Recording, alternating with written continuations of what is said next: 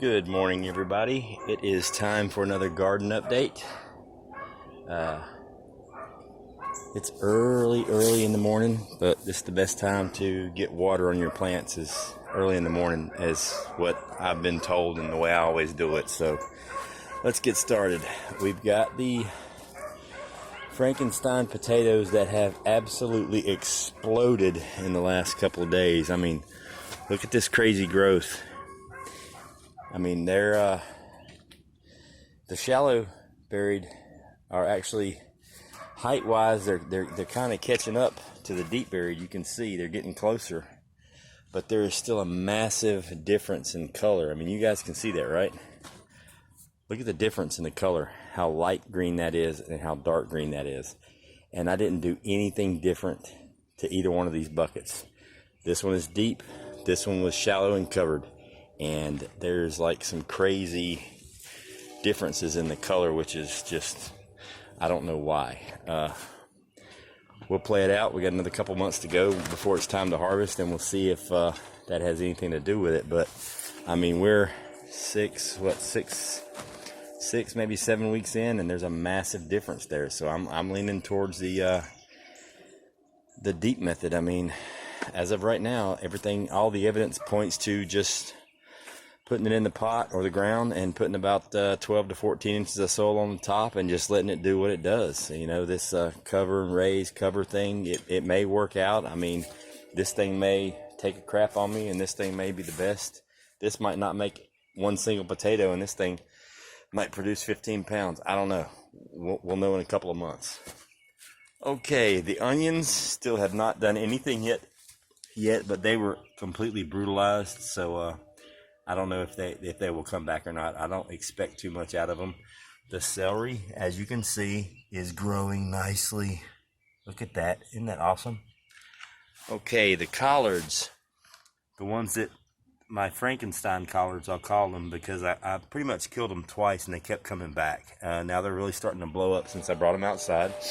The squash I planted a couple days ago, they're doing really nice. I mean, they're like really putting on some massive growth. I got the bell pepper planted.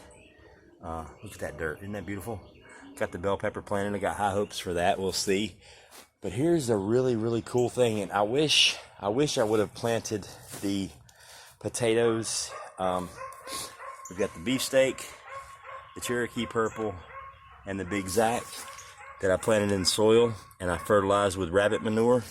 I wish I would have done one of these without manure to really get a good test of the growth, the difference in the growth and how well the rabbit manure is working.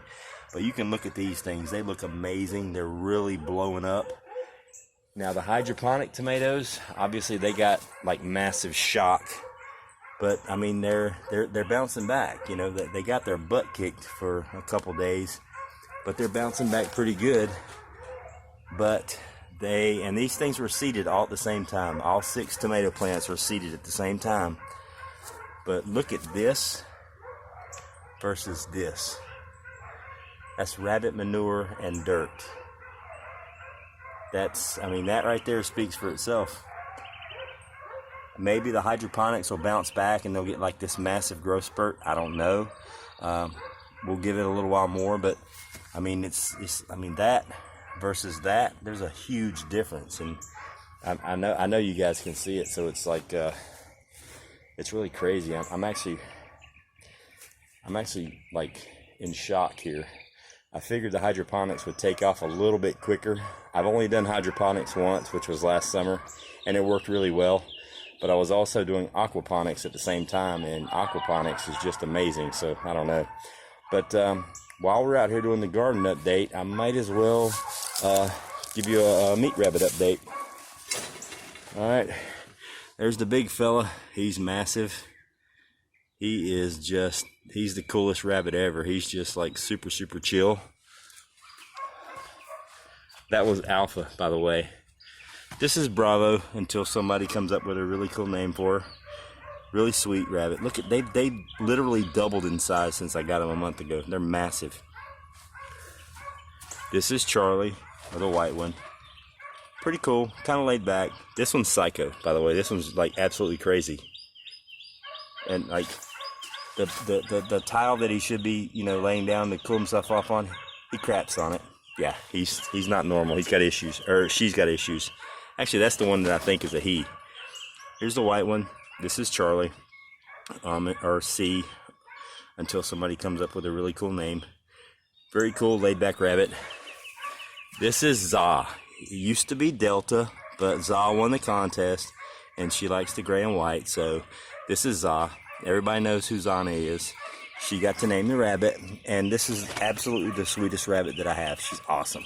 Gonna make some beautiful babies.